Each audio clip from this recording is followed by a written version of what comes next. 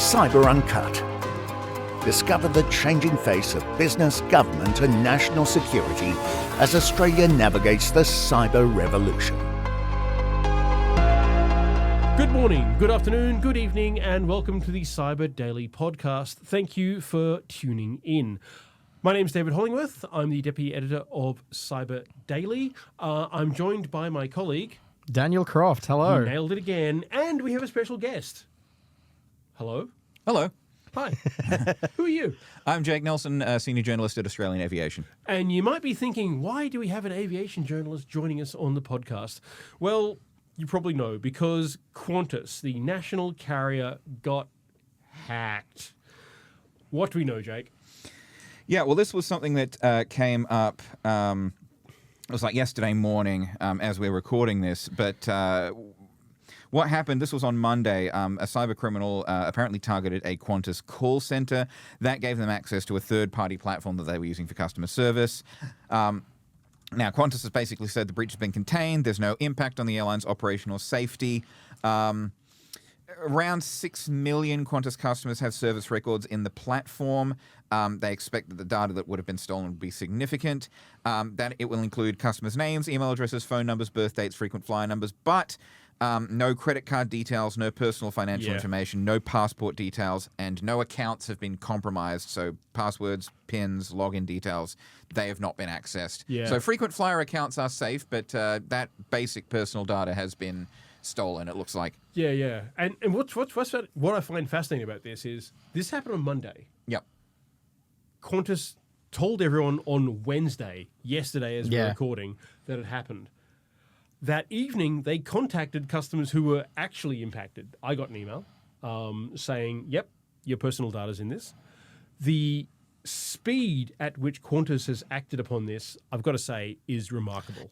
It is, yeah. You do expect it from a massive institution like this, but at the same time, we get constantly surprised by massive institutions not doing a great job. Not doing this, yeah. But so, credit where credit's due. They've done a fantastic job with their response. Yeah, and this had no impact upon their services otherwise? No impact on services otherwise. It was, customer data. It was not sort of operational data. So planes still went up. Planes still came down at the times that they were supposed to. As opposed to coming down when they're not supposed to. Yeah. It's as near as to the times that they were supposed to as you get with Qantas, which in fairness has been pretty decent lately. Qantas has been lifting its game. But they notified the Cybersecurity Centre. They notified the Office of the Information Commissioner. And the Federal Police. They've also set up this dedicated customer support line and a dedicated page on the Qantas website to provide information. Vanessa Hudson issued a statement apologising. The CEO of Qantas. I often forget that not many people might know who Vanessa Hudson is outside the aviation circle. By the way, the lights in here for me are usually red. It's strange. Another visual cue for our audience of listeners. Thank you. Yep. Yeah. So Vanessa Hudson, the CEO, has apologized. She said that they're contacting customers and they're working closely with the government, the cybersecurity coordinator, the cybersecurity center, independent specialized cybersecurity experts to basically sort of mitigate the impacts and try and figure out what's actually happened. Yeah, they've hit all their legal obligations, it sounds like, which, is the bare minimum. But like you said, the response has been really, really strong. But yeah, what I would say is this is not a bare minimum response. No, it's not. They've gone out of their way to get in front of this. Yeah. Yeah. And I've got to say, I've spoken to PRs in the last few days. I've spoken to a number of other professionals. Holy crap. Not swearing. No more censoring. Yeah. Holy bits. Holy bits. Holy bits. They moved fast. Yeah, they did. Normally when a breach like this happens, Daniel and I are chasing people down for details. Qantas has been like, here are the details. Here's what we know. Yeah. Here's what we know now. And they've been moving through this. Yeah. I just think it's a remarkable instance of this is what crisis comms look like. Yeah. So should we get into who is believed to be behind said? Well, so we're recording this on Thursday, as we normally do. This will be releasing on Friday. And on Wednesday, when this happened, oh boy, did work chat go off. Yeah. I'm pretty sure we were all not quite arguing over who would cover this. I saw it I wanted to cover it. Yeah. But I realized it's aviation. Jake, you're on top of it first. He got it quick. And Jake got it really, really fast. Yeah.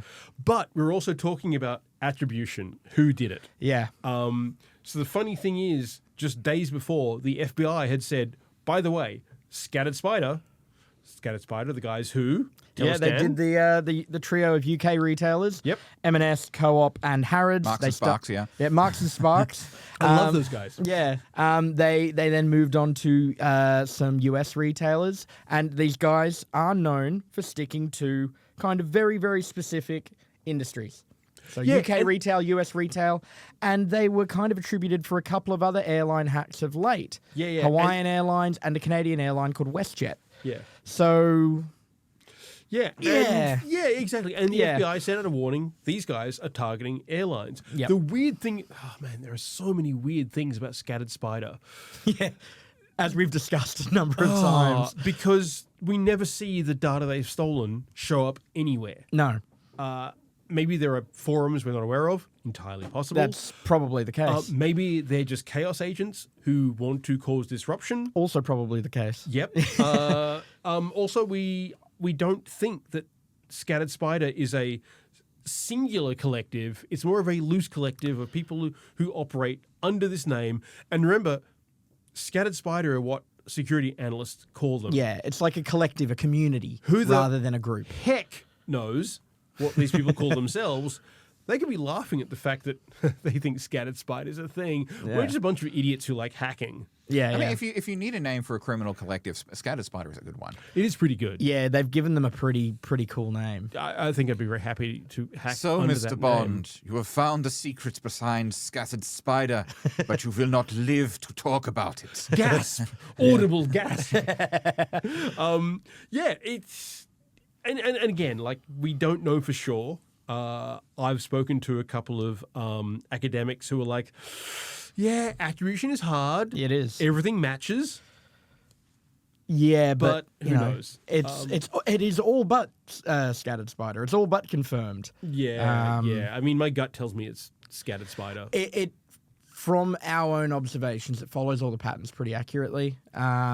It wouldn't surprise me at all, and they've been incredibly active of late, as we've been reporting. Yeah. So it wouldn't surprise me at all. No one else has come out and claimed it either.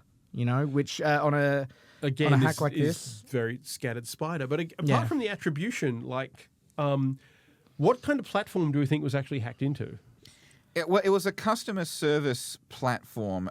Near as Qantas said, it's a third-party platform used for customer service. They didn't name the platform, but it's one that would make sense to have a lot of customer data in it. And it was at a call center. And I've heard rumors of what the platform was, and I'm not going to say this in the podcast but it's a popular platform, and it would make sense that that's what it was that was breached. Yep. I think we around the table know what it might be. I actually do not, but I do wonder. Yeah, we'll talk about this after. I was just going to say, is it something that multiple airlines potentially would be using? Multiple globally? airlines and multiple other Other industries things. Cool. use. Yeah. That's all I wanted to know. Yeah. Let's move on. Yeah. Give me the overview. Like, what's the impact for Qantas on this going forward? Well, Qantas has had reputationally a few headaches in the last few years. Yep. They're still among the top 10 least trusted companies in Australia. Which is wild, because they used to be the number one, right? They used to be very, very highly trusted. They lost a lot of trust sort of during and after COVID. Yeah. With, there was a lot of mess that happened. And, Alan Joyce, the CEO, the former CEO, getting on TV and saying, there's massive queues at the airports. Our customers aren't match fit after COVID, which did no favors. Right. And, all this thing about COVID credits expiring and all that. So Qantas has taken a beating in the reputational stakes in the past few years. This probably won't help. And it's sort of, we don't know if Qantas is planning to pay compensation or offer compensation, or if it will be made to pay compensation. I think there's all sort of still sorting through the aftermath of what happened. Yeah. But Remember, this happened on Monday. Yeah. So this is so early in the cycle. They have said our systems are secure now. The breach has been contained. There's sort of no further impact. We may see class actions and things like that, as you do in the aftermath of a massive breach, happen. Yeah. That may happen, and compensation may come through in that regard. And it's all based around possible negligence, which, again, we cannot speak to. Well, I did see, and this is something I can't quote very well, on LinkedIn today, a guy who I think he was a kind of general CISO for Qantas. He used to be.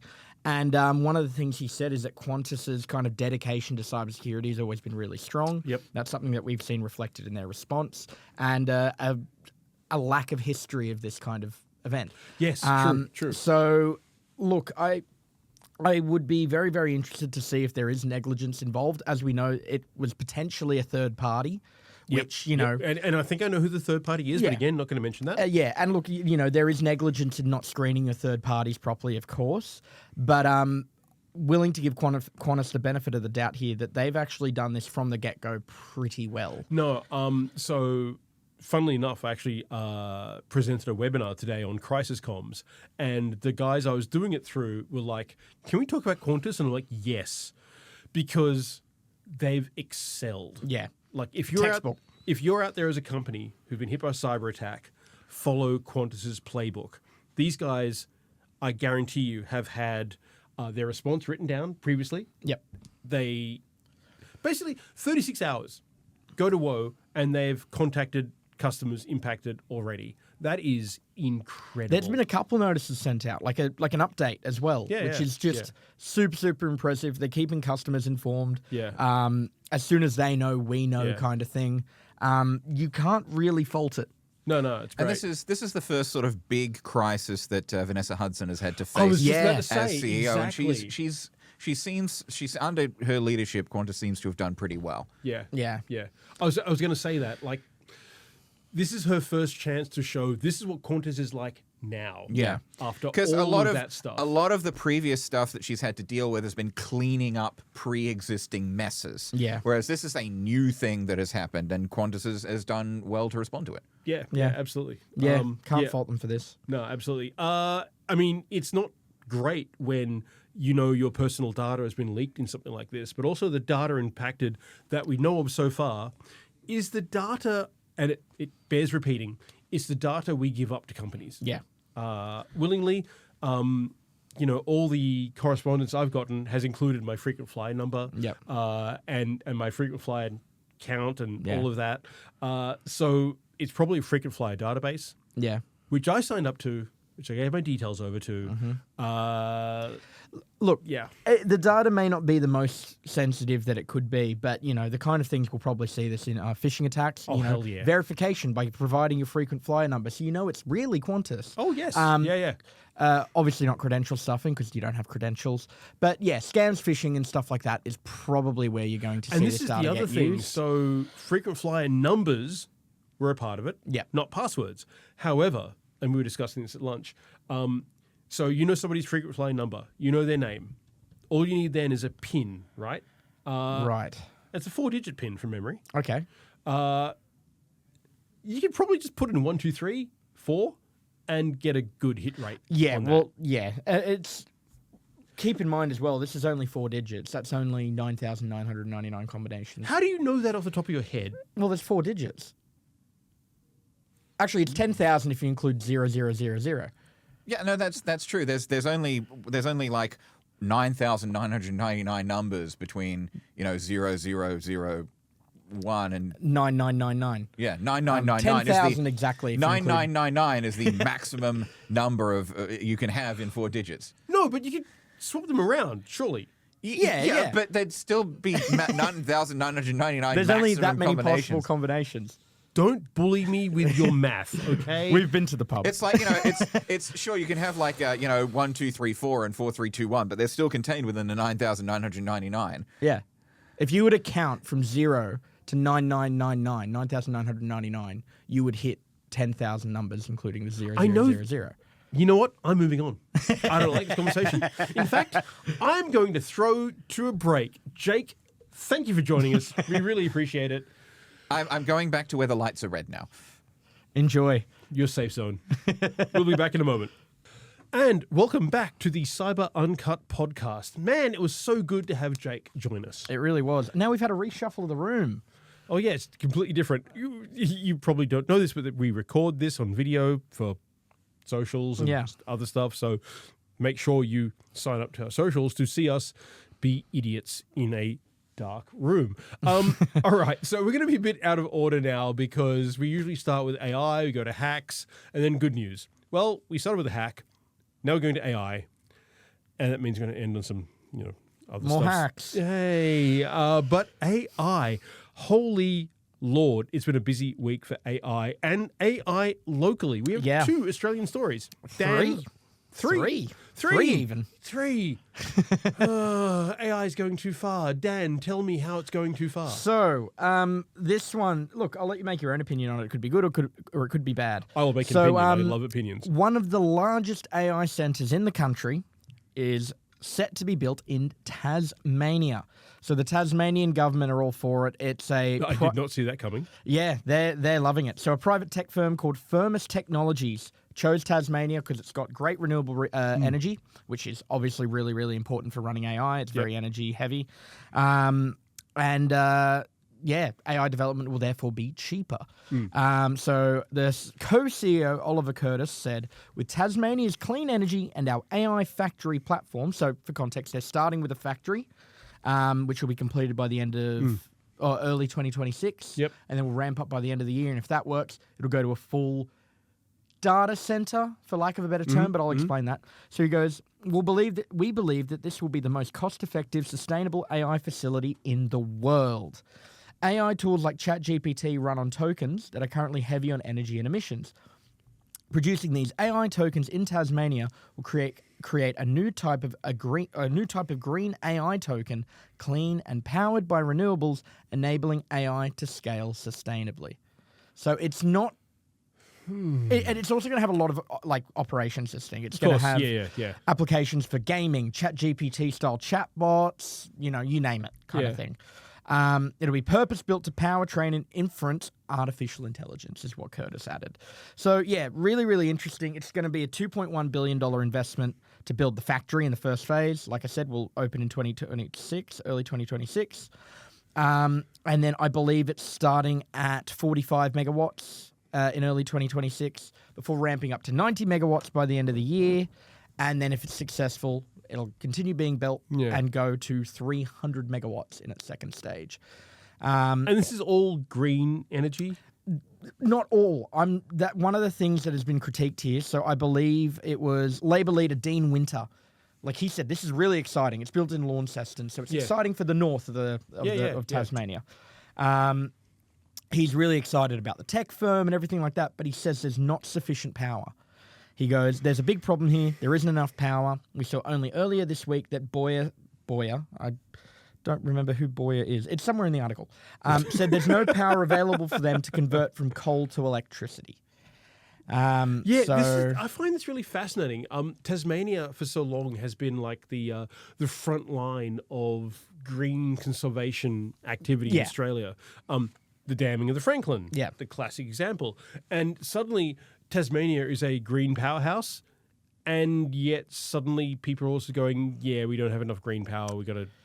Yeah. It seems great on paper, doesn't it? Yeah.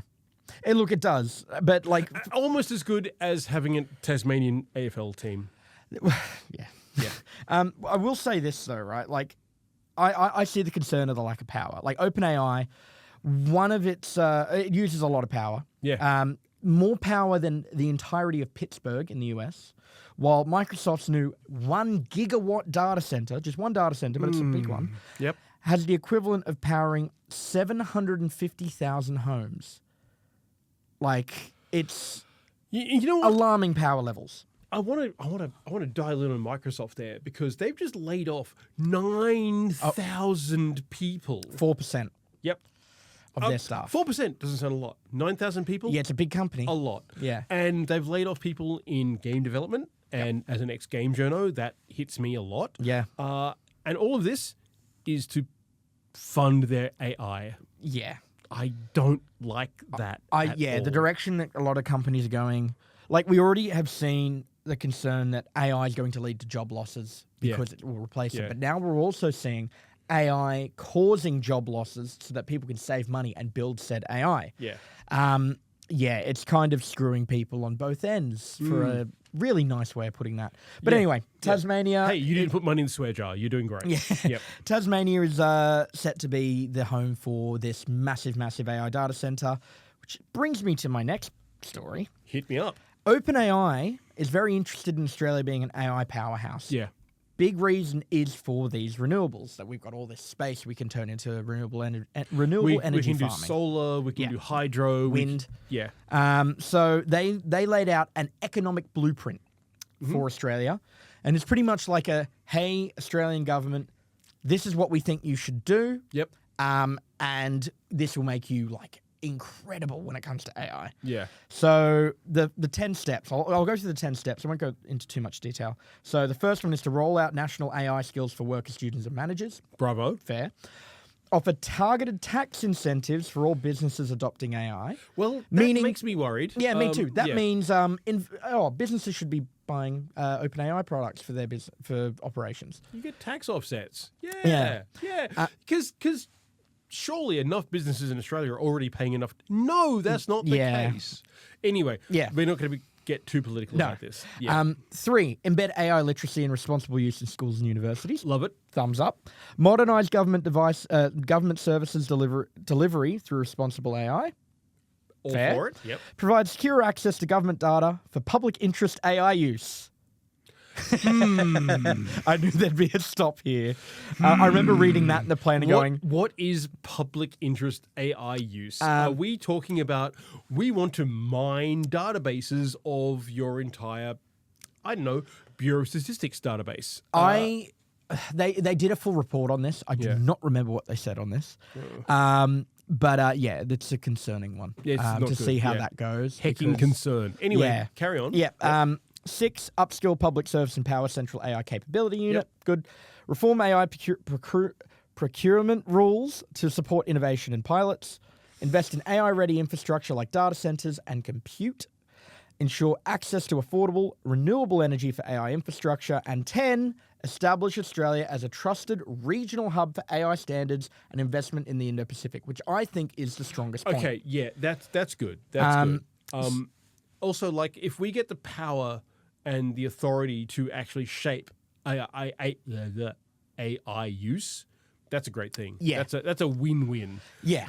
But it's the definition of what's responsible AI use. The bit I also don't like is it's very sponsored by Coca-Cola, because OpenAI want to partner with the Australian government to do this. Yep. And we already know OpenAI, speaking with other governments, has said no to regulation in a lot of terms. OpenAI is not a good actor. No, like we've seen, they're one of the tech companies from memory that is pushing for the. Which we'll touch on. Yep. Trump's big, beautiful bill has just removed that state AI regulation thing because AI companies don't want to navigate a complicated web of regulation. It's going to stifle innovation. That's the message they keep saying. Yep. In the UK, the copyrighted data thing, being able to use copyrighted data to train AI. Oh, well, that's just a roadblock for training AI to be as good as it can be. We need to have access to the entire Beatles catalogue. Yeah. Innovation. It's like, it's innovation. I saw a very good point made today that the people who create AI are using it for, Elon Musk just had the first Tesla to deliver itself after being purchased, right? Really cool, very space age. You know what? It's a great story. It really is. But the people who are thinking about how this AI can work are not thinking about the people that could really, really, really use it in third world countries and things like that. Yeah. They're thinking from what would make me money and what would I use AI for. Yeah. So anyway, that's a whole nother thing we can get into. And we touched on that last week, arguing about anyway. Pulling back from politics. Yeah. Pulling back from politics. So OpenAI says that Australia could see an annual economic growth of $115 billion by 2030 if they were to follow this 10-step program. OpenAI says follow OpenAI and OpenAI will make you money. Yeah. Seems a bit sus. Yeah, so they've said, look, OpenAI Stargate, it's a multi-billion-dollar data center project in the US, is already generating thousands of jobs, expanding critical AI infrastructure, and it offers a blueprint and blah, blah, blah, blah, blah, blah. I need to interrupt you and tell you how much I hate the fact that these tech bros are using cool sci-fi. Stargate. Don't do that. Yeah, Palantir, no, stay away from Tolkien.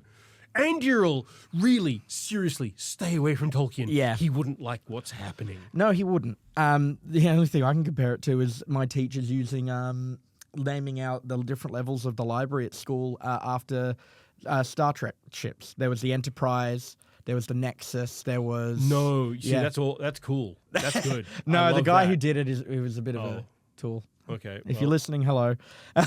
What's his name? Shame him. No, don't shame anyone on our podcast. He was not my favourite teacher. But anyway, so they're pretty much just saying that Australia has all the building blocks. Build them in this 10-step program, and it will be a regional hub. And I see a point for that. Also, the weird thing is, as much as I just got really angry about this whole thing, Australia should be a renewable powerhouse. Like, we have the space, we have the energy, we have all of this. We could do that. We could become that regional thing. That we should be on the forefront of it. This government wants to be on the forefront of a lot of things. Renewable energy would be a great one. And what I hate about it is I don't think any of these outcomes are great outcomes. The more I interact with and use and discover about generative AI and chatbots and what modern AI is, I just don't like it. Yeah. It is resource intensive. It's causing real harms. Yeah. So the idea of becoming a powerhouse that drives that, not great. I think what we need to do is dial into what this tech can do for good. Yeah. At the moment, we've got a scattergun approach. Can it help this? No. Can it help that? No. Can it help this? Yeah. Yeah. Yeah. And people keep going, it's an early technology. We're only going to be using it for this, which happens to be a moneymaker for the company saying that. Exactly. That's the thing. Like, I've always really, really stuck to the point that AI has the potential to do incredible things. Like, really life-changing, humanity-changing things. Yeah. And going back to the discussions we've had with colleagues about this, and them being, quite anti-AI, every single day I move closer to that because of how it's used. Every single day. Yeah. And it's, it's an easy thing to get angry about. Yeah. So look, I see the point in us becoming an AI powerhouse. I think it could be really, really great. I think it could be the way that our government decides to follow the renewable energy route seriously, because that will set us apart. Yep. And being a regional hub, there's a lot of value in that for us as a country. Exactly. We could be a hub for the entire Pacific region. Yeah. Asia Pacific, maybe. Yeah. So, look, it makes a lot of sense, but like I said, it's very sponsored by OpenAI. They're going to be on the little shoulder, as they are of many governments now, saying, no, you can't do this, this, and this. It's going to impede our money making. Yeah. So now, I want to get to this fast because we need to go to a break. Trump's big, beautiful bill. Yes. I hate saying that phrase. Yeah, it's not big. It's very big, but I wouldn't call it beautiful. But it's certainly a bill. It's definitely a bill. However, there is some AI stuff going on in there, and it's not great. No, it's brilliant, actually. It started off not great, I will say. So pretty much there was what is being referred to as a moratorium that was introduced by Senator Ted Cruz. And I can't imagine you're a big... It's also probably not a moratorium. That's what it was been referred to. Okay, cool. Yeah. Not my word. All right. MORATORIUM. I know the word. Yes. Yep. Moratorium. Which would pretty much ban state governments from introducing AI regulation for a 10-year period. Oh, gotcha. Yeah. And that's the tech oligarchs talking to Trump saying, hey, we don't want to, dig our way through this complicated maze of regulation, because one state will say this, one state will say this. Are you kind saying of thing. Ted Cruz is right? No, not at all. Oh God, no. I got really worried. So pretty much, this proposal saw a lot of support from Palmer Luckey at Anduril, Mark Anderson, and of course Sam Altman. And they said, introducing state regulation for AI would be a roadblock. Right now, all the Democrats pretty much and many Republicans opposed it from the beginning. They were like, no, do not like this. This is bad for consumers.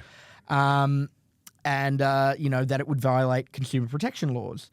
So Republican Senator Marsha Blackburn raised this again. Had a sit down with Ted Cruz over the weekend, and they moved it down to 5 years. And then she went, no, we're not doing this at all. And she brought it to the Senate, and it was voted 99-1 to remove it from the bill. Whoa. Yeah, almost unanimously said, no way. States need to be able to regulate AI. So it's gone. The big, beautiful bill, as we know, is passed now. Which has passing, I believe. Or yes. passing, sorry. It's gone through one of the... Yeah, True, yeah, it went through the first... Who knows how the American government system works? I don't. Yeah. I don't know enough. But that will not be going with it. So the states are free to regulate AI as, obviously. As they wish. Yeah, which is fantastic. It's a really, really good thing. I'm glad because, having a federal-only kind of AI regulation when you've got a guy that's got AI guys in his ear sounds like a nightmare. Oh, you're right. But it's so weird because if someone who is sensible is in that seat, is the president, then yeah, okay, you would trust them. But you're right. We need the states. The world needs US states to take control of their own. Oh man, it's the same way that people argued that let's abolish the Department of Education. States can take care of it, but then when it comes to AI, no, they can't. Yeah, yeah. Make up your mind for one. Yeah. I don't know. The way this is going to make me... I'm going to be really nerdy here. Oh, fantastic. I love it. So, you know Supernatural, you know the Leviathans. Okay. I didn't know how nerdy you were going to get, but please carry on. AI tech giants seem to be like that. They're just funneling themselves everywhere for control. Like the Leviathans did in Supernatural. I will take your word for that. And you know what? Oh, you don't know Supernatural? Okay, fair enough. I do know Supernatural. We are going to a break. Join us again in a moment. Thank you. And welcome back to Cyber Uncut. I am joined by my supernatural loving friend. Oh, play. Yeah, it's a good show. Daniel Croft. All right, let's talk local hacks that aren't Qantas. Dan, you've been covering one down in Victoria. Adelaide. Adelaide. Well, it's down. It's kind of it is down, yeah. O&G. O&G, yeah. So it stands for I can't say this word. I've tried it a few Obstetrics? times. Obstetrics and gynecology. It's a women's health clinic in Adelaide. And they specialise in, obviously, as the name would suggest, fertility, reproductive system health for women in all stages of life. Very sensitive stuff. Yeah, the data is incredibly sensitive. Yeah. So and they got hit by a ransomware attack. Yeah, Kairos ransomware group. They claim to have stolen 77 gigabytes of data, posted a sample, and the sample is pretty damning. It's pretty bad. It's names, address, dates of birth, email addresses, phone numbers, occupations, alternative contact names. Starting to get a bit more now. Yeah. Relationship status, doctor names, practice locations, Medicare numbers and details, private health insurance details, banking statements, and the big one, intimate and specific medical histories. So that is the big one. In the sample, they blacked a lot of it out. So you can't see what's on the documents. The threat actor has blacked all of that out. Yes. Oh, it's really interesting when we see threat actors do that. Ransomware operators going, you know what?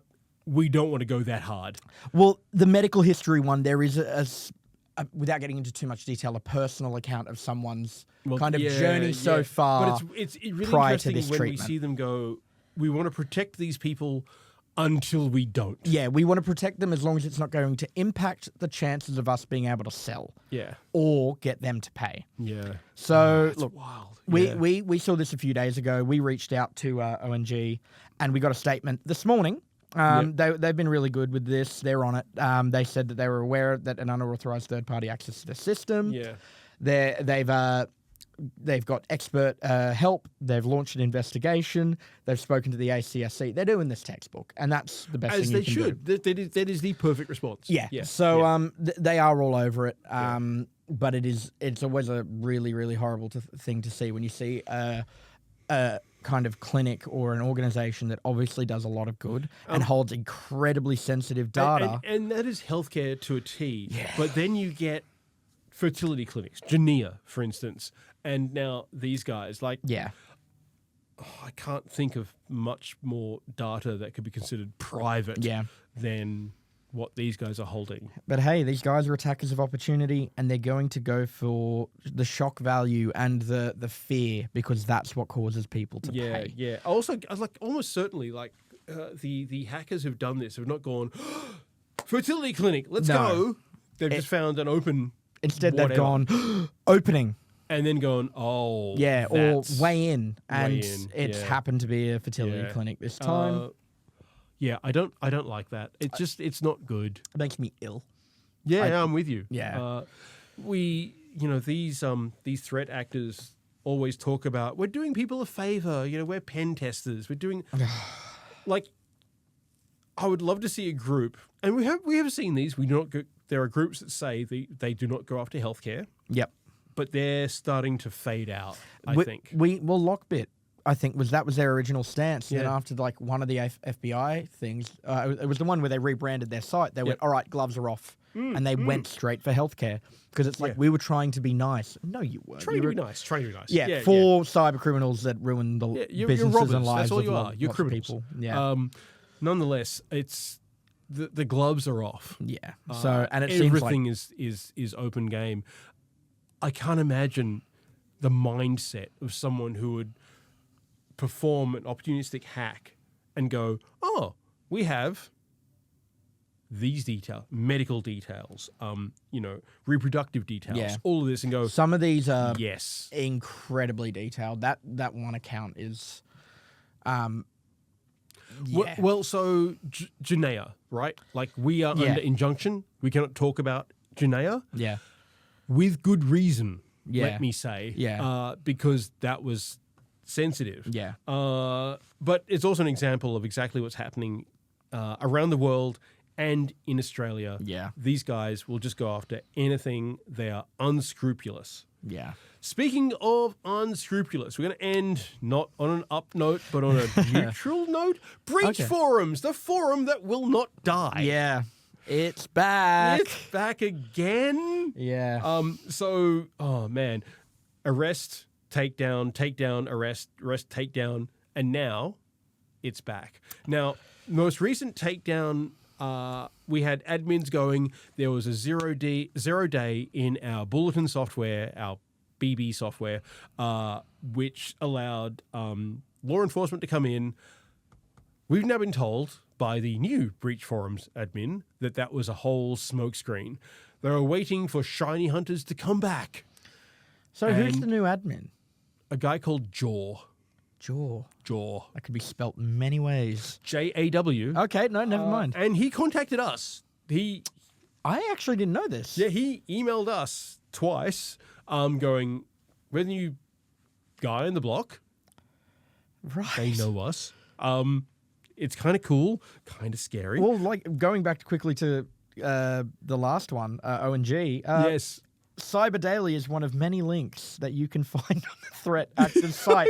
It's a bit of press for them, which I really hate that's part of what we do. So folding back. Ransomware operators love to tout themselves.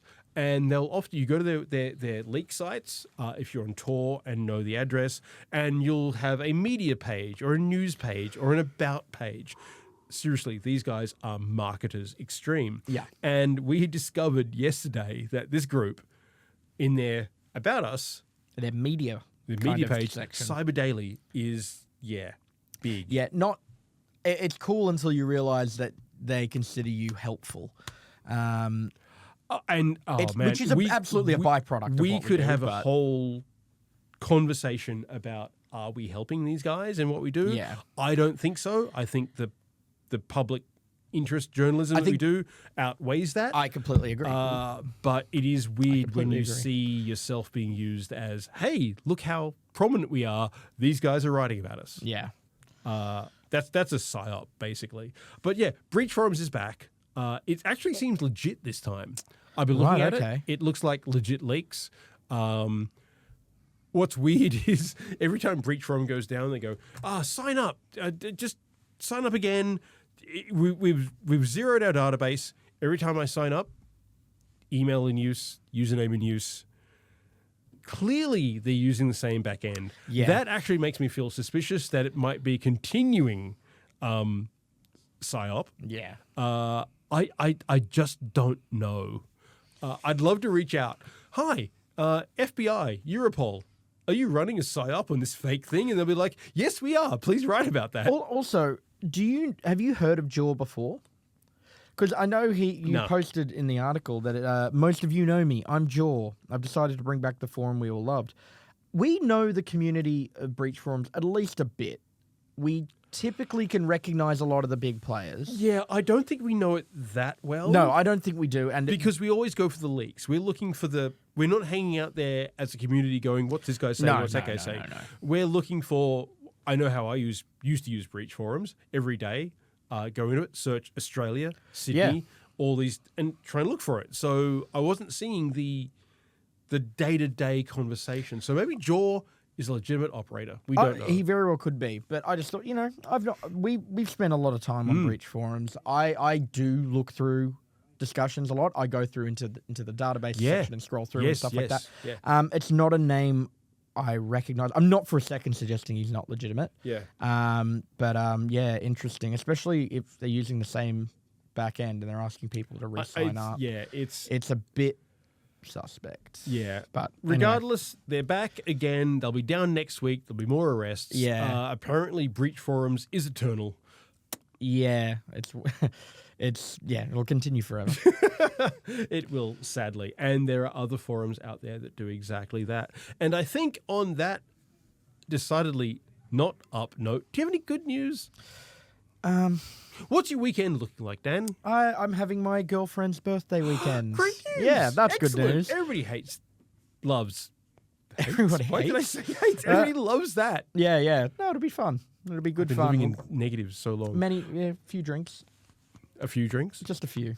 Yeah, I'm sure. A large few. Yeah. A large few. You're a conscientious drinker. Yeah. All right. Thank you for joining us. What a week it's been. Want to recap and just say one thing. Qantas's response has been fantastic. Yeah. So fast, so complete. We often blame people for getting hacked. It's really important to work out that these guys are victims. Yeah. No one can stop these guys. And when we say we don't mean we. People do often blame them for getting hacked, I will say. Yeah. We as a collective, I think Qantas's response has been amazing. Yeah. And it should be the gold standard for how organizations respond to these kind of things. Within a week, everybody's up to date, exactly. kind of, as far as at least as far as they need to be, Yeah. as their investigation continues. Yeah. And well done on that. And of course, we will keep covering this on Cyber Daily. You will find us on LinkedIn and all the other social medias. You can sign up to our newsletter on Cyber Daily. And obviously, you want to listen to our podcast, which comes out every Friday. Thank you for listening. Daniel, thank you. Thank you. Thanks, Jake, wherever you are now. Oh, Jake, thank you so much. And we will see you next week. See ya.